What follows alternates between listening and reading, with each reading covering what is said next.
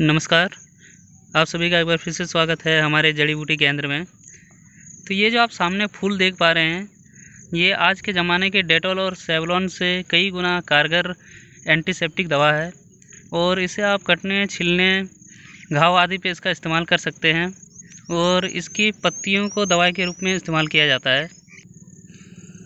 तो इसके पत्तियों को आप ऐसे तोड़ के हाथ में उसको पीस सकते हैं और उसका जो रस होता है उसका इस्तेमाल आप घाव के जगह पे कर सकते हैं।